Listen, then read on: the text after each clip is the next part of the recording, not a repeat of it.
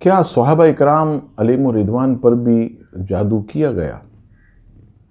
جواب سماعت فرمائیے، حضرت خالد بن ولید رضی اللہ تعالیٰ عنہ پر جادو کیا گیا۔ چنانچہ آپ کا واقعہ الترغیب دوسری جلد صفحہ نمبر 303 یعنی 303 پر نقل ہے۔ حضرت خالد بن ولید رضی اللہ تعالیٰ عنہ پر کسی نے جادو کیا، جس کے باعث جنات نے آپ پر حملہ کیا تو آپ پر خوف طاری ہو گیا۔ رات کے وقت آپ کو ڈراؤنے خواب آتے، جس کی وجہ سے آپ بے چینی محسوس فرماتے۔ لہٰذا حضرت خالد بن ولید رضی اللہ تعالیٰ عنہ حضور علیہ السلام کی خدمت میں حاضر ہوئے۔ نبی پاک علیہ السلام نے ارشاد فرمایا، اے خالد بن ولید، تم جو ہے 3 مرتبہ ان کلمات کو پڑھو، اعوذ بکلمات اللہ التامات من غضبہ وشر عبادہ ومن حمزات الشیاطین وان یحضرون۔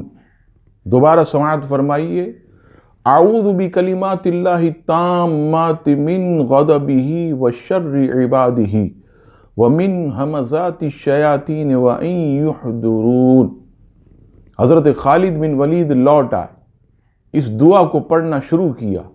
1 مرتبہ پڑھی، پھر دوسری مرتبہ پڑھی۔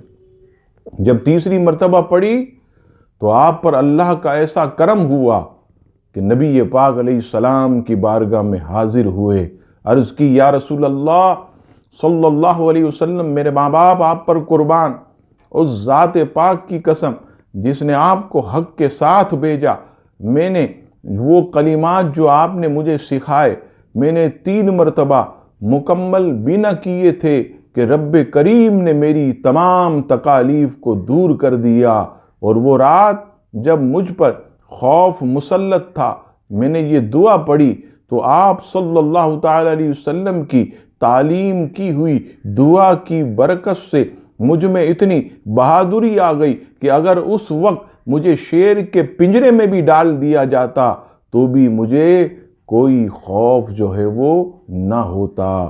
سبحان اللہ۔ عزیزان گرامی، نبی پاک صلی اللہ تعالی علیہ وسلم کی وہ مبارک دعا، ہمیں بھی اس کو پڑھتے رہنا چاہیے۔ لیکن یہ واضح ہوا کہ دشمنان اسلام نے حضرت خالد بن ولید اور دیگر صحابہ پر بھی جادو کروائے، جادو کیے گئے۔ یہ بھی حق ہے کہ جادو حق بولنے والے، حق کا پرچم بلند کرنے والے اور اسلام کا دین کا کام کرنے والے پر کیا جاتا ہے۔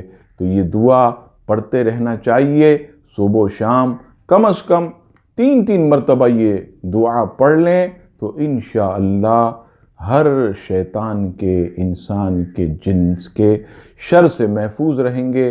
رب کریم تمام مسلمانوں کی ہر طرح سے حفاظت فرمائے، آمین۔